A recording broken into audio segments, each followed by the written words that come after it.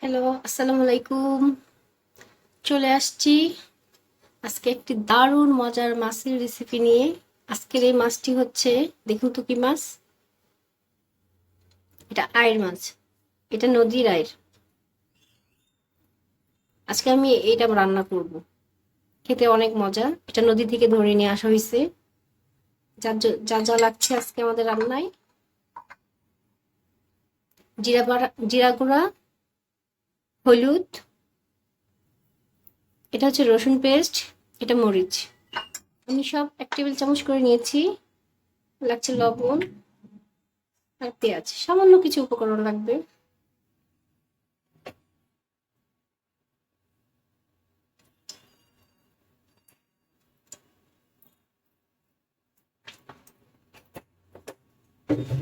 মাছগুলো আমি ভেজে রান্না করব, এজন্য কড়াইয়ে তেল দিয়ে নিলাম।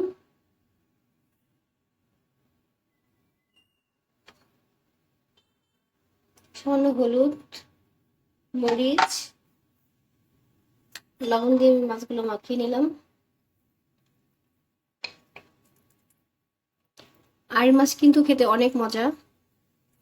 এটা কিন্তু সব এলাকায় হয় না, এটা বড় বড় নদীতে পাওয়া যায়।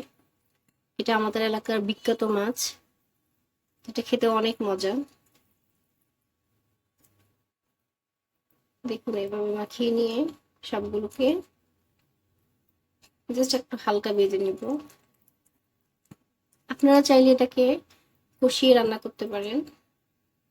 আমি এখন সবগুলো দিয়ে দিব।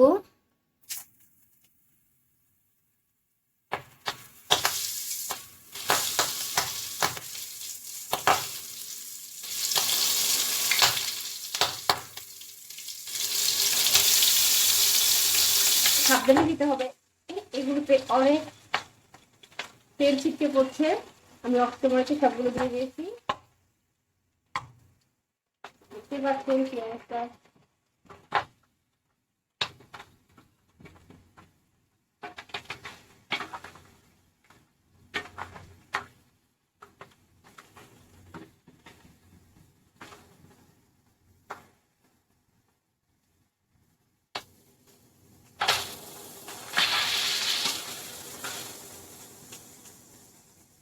এটা যদি বাজারের মরা মাছ হতো তাহলে এত সুস্থ না।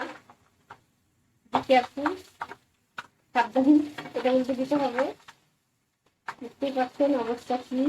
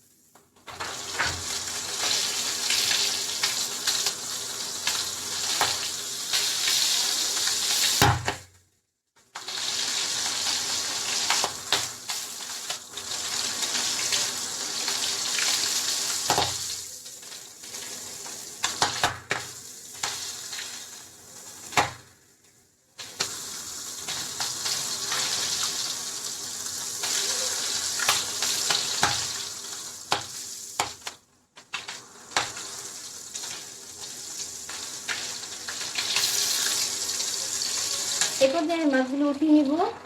খুব ফোটাফুটি করতেছে, এগুলো ছিটকে ছিটকে পড়তেছে, দেখতেই পাচ্ছেন।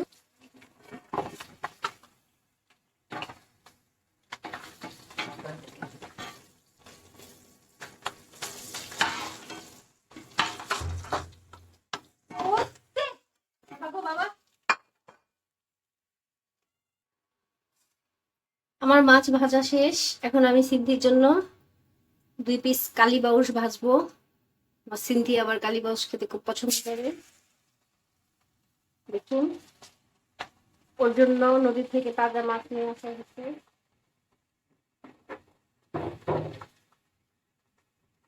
আমাদের সিন্ধির জন্য এই মাছগুলো ভাজা হচ্ছে। দেখুন, বরাবর মতো আমার সিদ্ধি চলে আসছে মাছ খাওয়ার জন্য।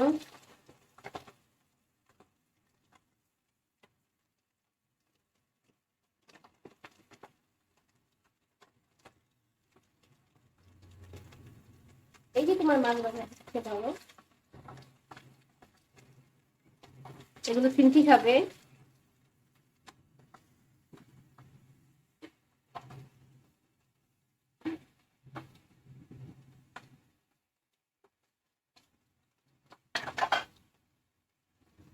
আমাদের ফিনকির মাছ ভাজা খেয়ে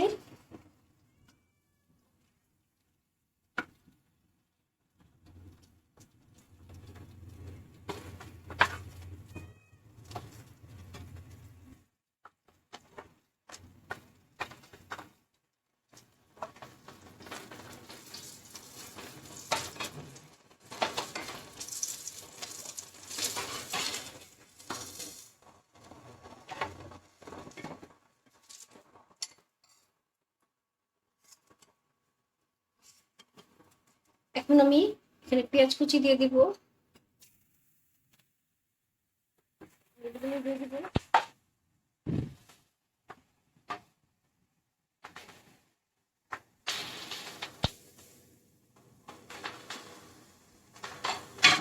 ফিনকির মাছ ফিনকি খাবে।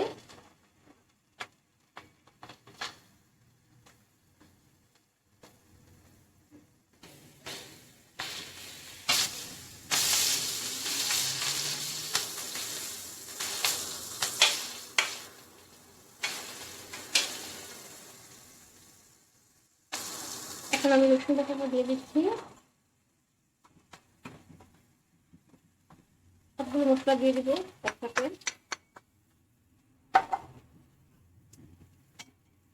পরিমাণ মতো লবণ দিয়ে দিব 1 চামচ, সামান্য পানি দিয়ে দিব।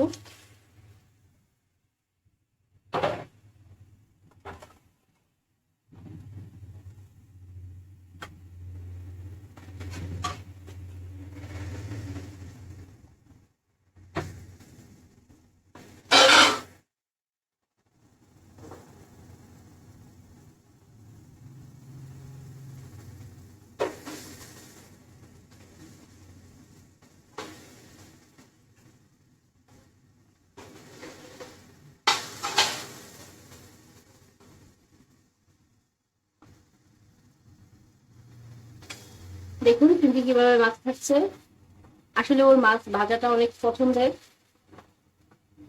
তাই আমি ওর জন্য অনেক ভালো ভালো মাছ নিয়ে এসে রাখি, চেষ্টা করি ওর জন্য ভালো ভালো মাছ কেনার।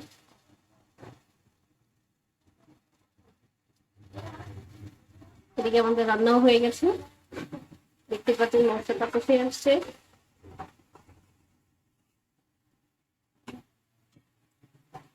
আমি এই পর্যায়ে কিছু ধনের পাতা দিয়ে দিচ্ছি।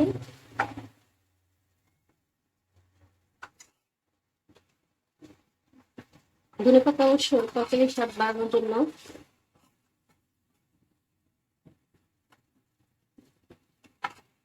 এটার কোনো জুড়ি নেই, আপনারা চাইলে ধনে পাতা না খেতে চাইলে না দিবেন, কিন্তু আমার মনে হয় ধনে পাতাটা দিলে তরকারির স্বাদটা অনেক গুণে বেড়ে যায়।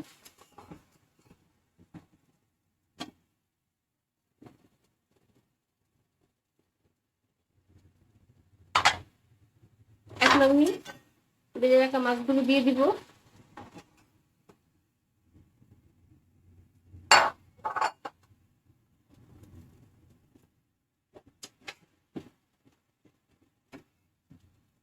দিয়ে কতক্ষণ কষাবো।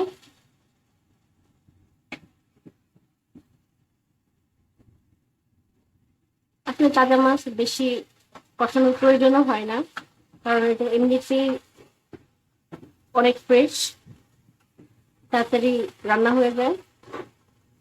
দেখতেই পাচ্ছেন, আপনারা নিশ্চয়ই ভাজার সময় দেখেছেন কিভাবে তেল ছিটকে ছিটকে পড়েছে। ফরমালিন দিয়ে মাছে আসলে এটা হয় না।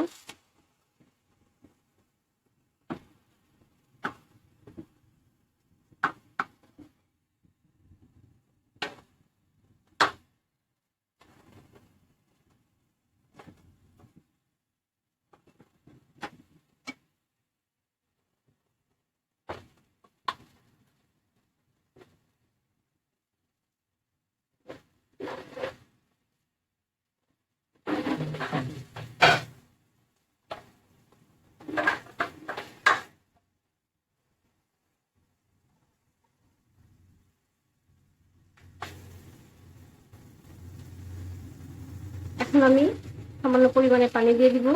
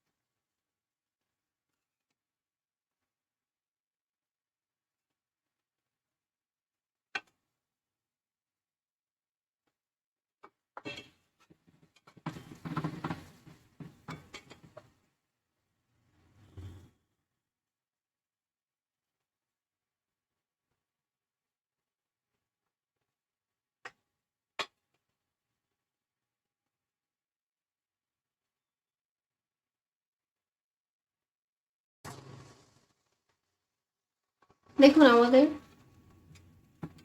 মাছ হয়ে এসেছে।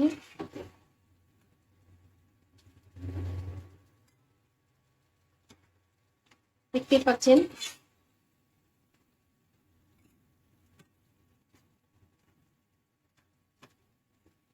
নদীর আড়ি মাছ। রান্নাটা কত সহজ এবং অল্প কিছু উপকরণ দিয়ে হয়ে গেল।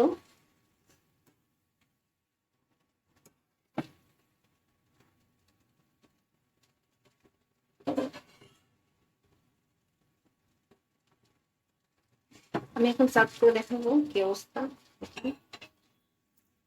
দেখতেই পাচ্ছেন কত সুন্দর, খেতেও অনেক মজা হবে ইনশাল্লাহ।